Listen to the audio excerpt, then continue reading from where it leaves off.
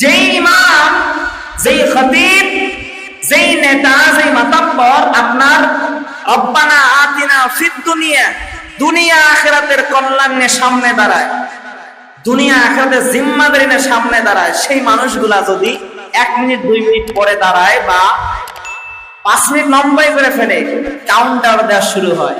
কথা বলেন না তো?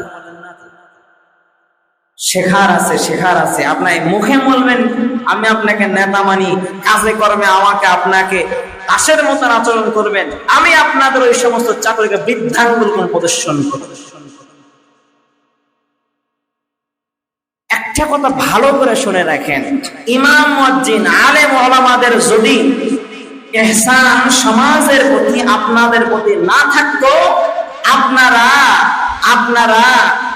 কি আর বলবো, কুকুরের মতন শুকুরের মতন মৃত্যুবরণ করতেন, জানাজা দেওয়ার মতন লোক পাওয়া যাইত না।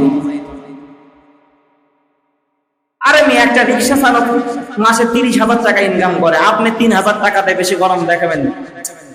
কথা বলেন না যে আজকে ইমামের বিরুদ্ধে কেন কথা বলে? ওদের মাসে 30,000 টাকা ইনকাম করে, আর আপনি বাজারে রাখছেন 8,000 টাকা। ওরে আমার কাজগুলো কি? আজান দিবেন ঠিক মতো, আসলে এসি 15 মিনিট দিবেন, সব মুসল্লি বের হয়ে যাবে, তারপরে আপনি বের হবেন। এরপর মসজিদ পরিষ্কার করবেন, বাথরুম পরিষ্কার করবেন।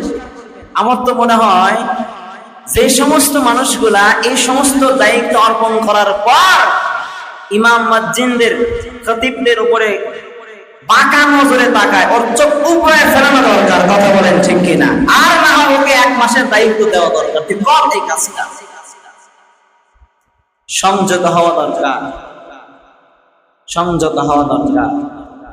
যেই মানুষগুলা দুনিয়া আখিরাতের জিম্মাদারি নিয়ে সামনে দাঁড়ায়, ওই মানুষগুলার সাথে কথা বলার ক্ষেত্রে আপনাকে বিবেচনা করা দরকার, সংযত হওয়া দরকার। আল্লাহ আমাদের সহি বুঝ দান করুন, আমিন বলেন। আসসালামু আলাইকুম, স্বাগতম। ইসলামিক ভিডিও পেতে সাবস্ক্রাইব করুন।